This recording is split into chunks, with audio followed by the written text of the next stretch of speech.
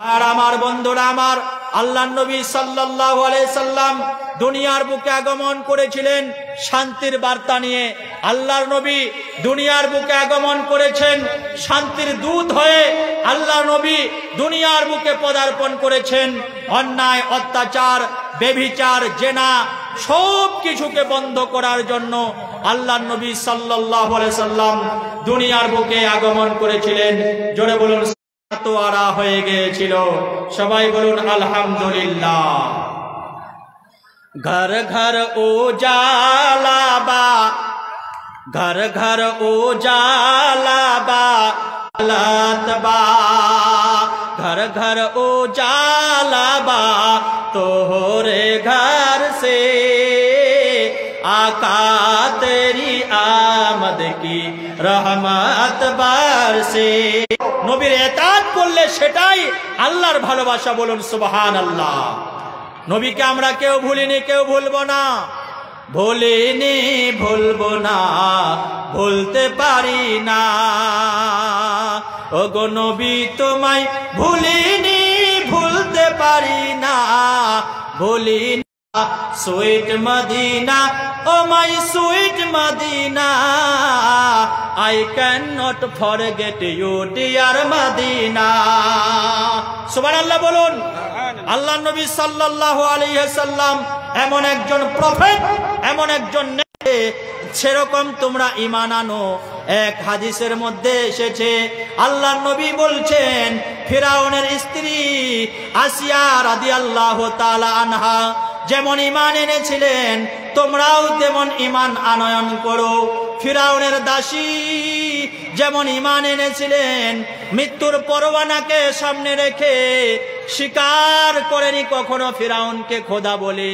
তার কারণে তার হাতের মধ্যে পেরেক মারা হয়েছিল, বুকের মধ্যে পাথর চাপা দেওয়া হয়েছিল, বুকের মধ্যে অনেক কষ্ট দেওয়া হয়েছিল।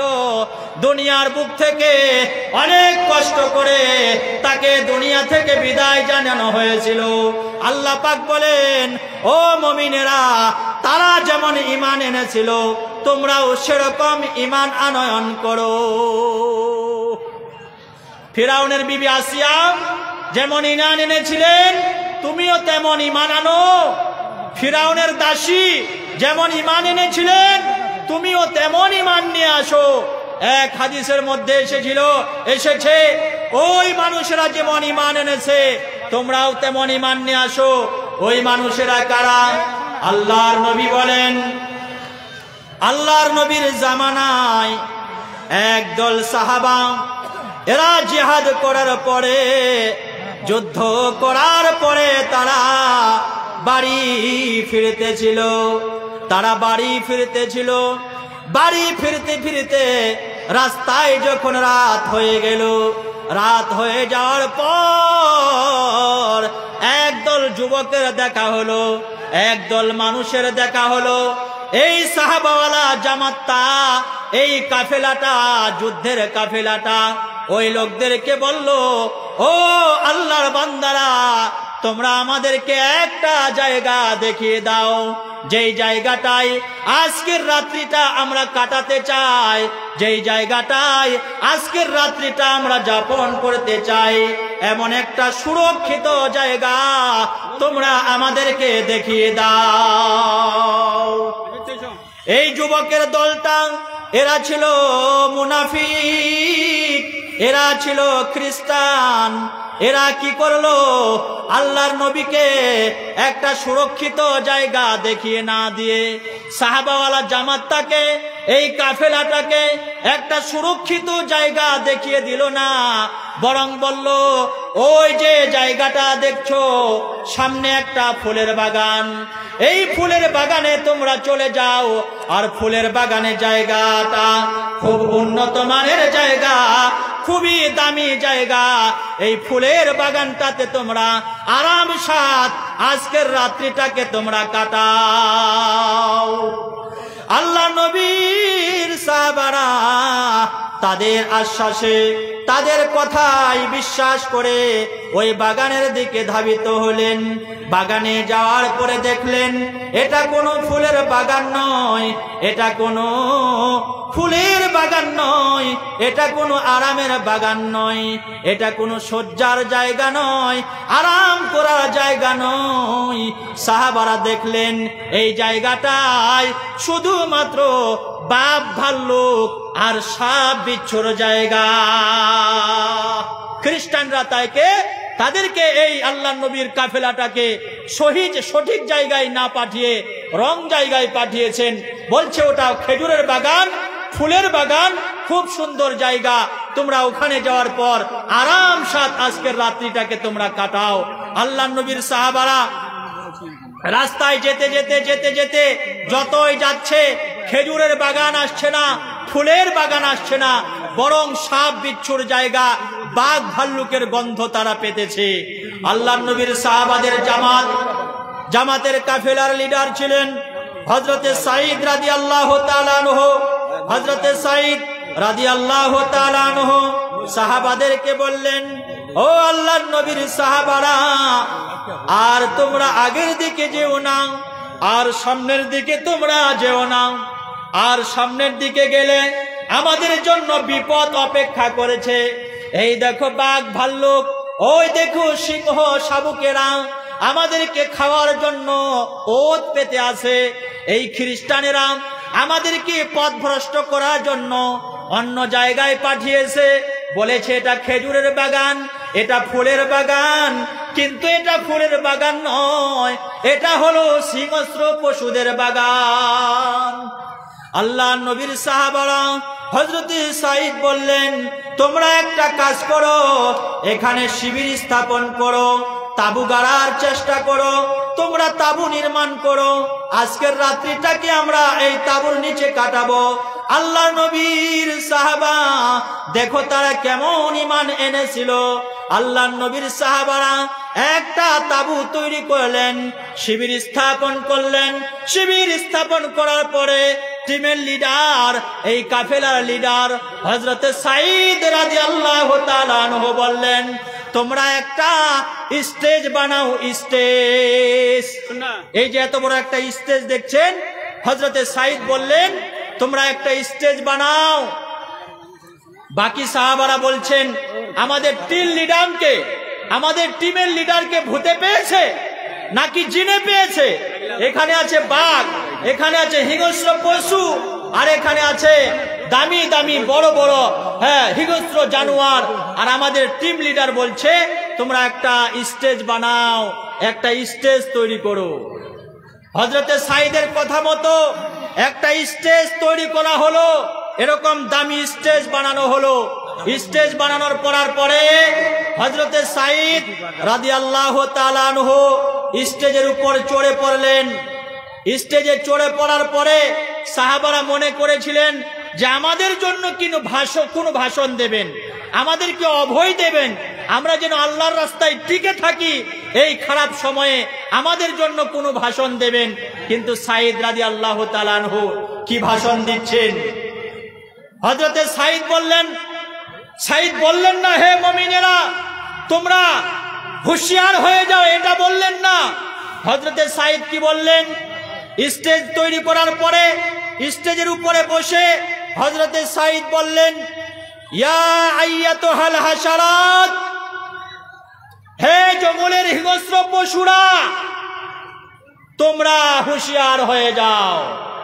বাকি সাহাবারা বলছে, বাহ, কিছুক্ষণের মধ্যে আমাদেরকে এরা খেয়ে নেবে, বাঘ ভাল্লুক খেয়ে নেবে, আর আমাদের টিম লিডার বলছে তোমরা হুঁশিয়ার হয়ে যাও। পশুর সাথে কথা বলছেন আপনি? আল্লাহ নবীর সাহাবা বললেন, ইয়া আইয়াতুহাল হাশারাত, হে জঙ্গলের হিংস্র পশুরা, তোমরা হুঁশিয়ার হয়ে যাও, তোমরা সাবধান হয়ে যাও। নাহানু আসহাবে রাসূলিল্লাহ, আমরা হলাম আল্লাহর নবীর সাহাবা, আমরা হলাম আল্লাহর নবীর সাহাবা।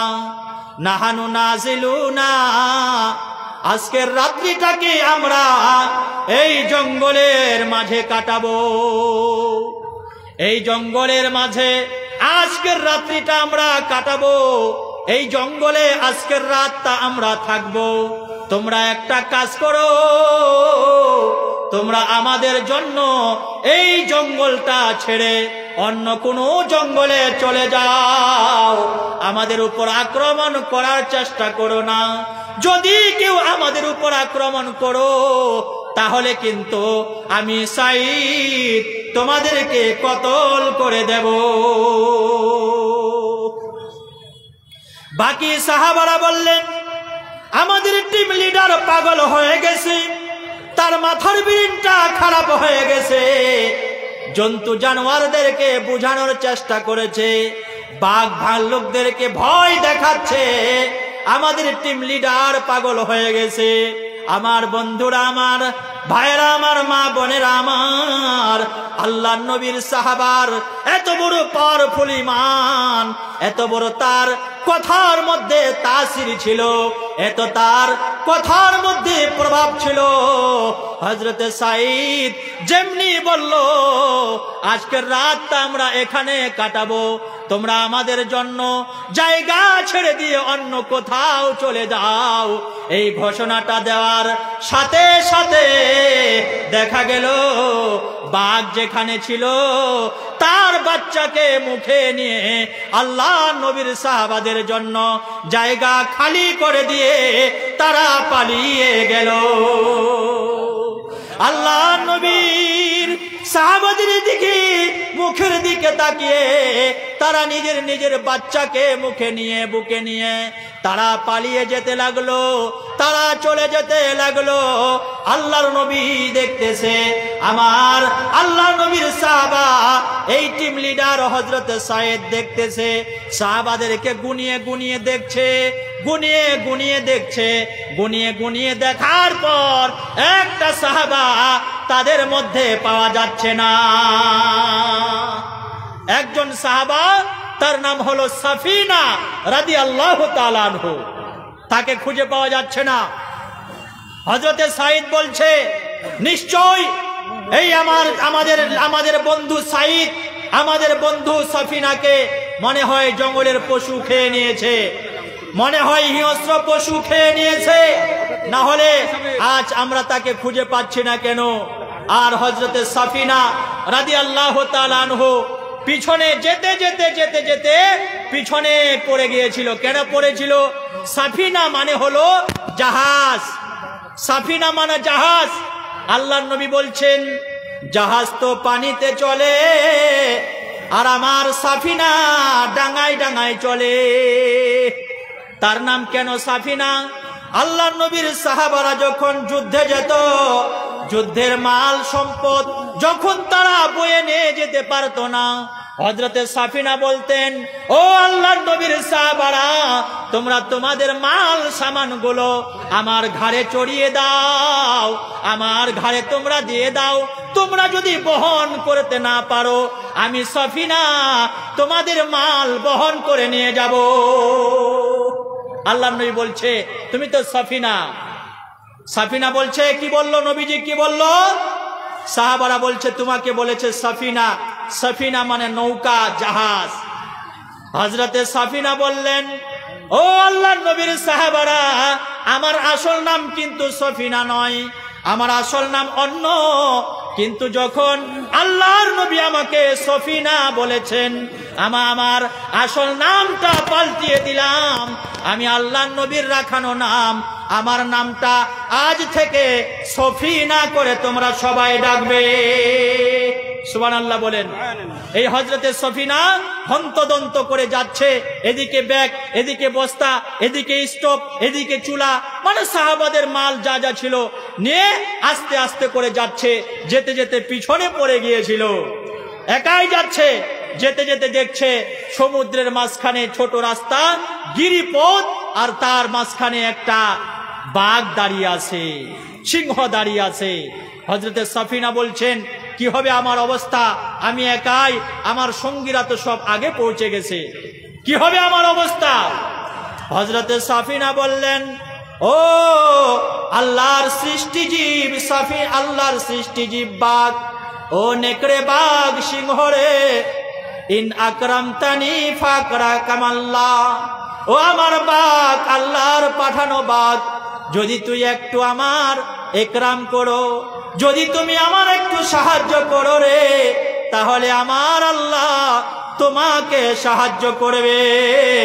আল্লাহর সৃষ্টি জিব্বাত, আমরা অমুক জায়গায় ছিলাম, অনেক মানুষ আমরা ছিলাম, সবাই তো আগে ভাগে পৌঁছে গেছে, কিন্তু আমি পিছনে পড়ে গেছি। তুমি আমাকে দেখিয়ে দাও আমাদের কাফেলাটা কোথায়। বাঘটা কাফেলার কথা শুনে বুঝতে পারলো যে আমরা যে কাফেলার জন্য জায়গা ছেড়ে দিয়েছি, এই কাফেলার কথা বলছে।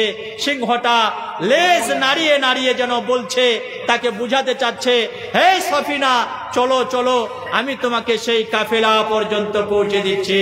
জোরে বলুন সুবহানাল্লাহ, জোরে বলুন নারায়ে তাকবীর, সবাই বলুন নারায়ে তাকবীর।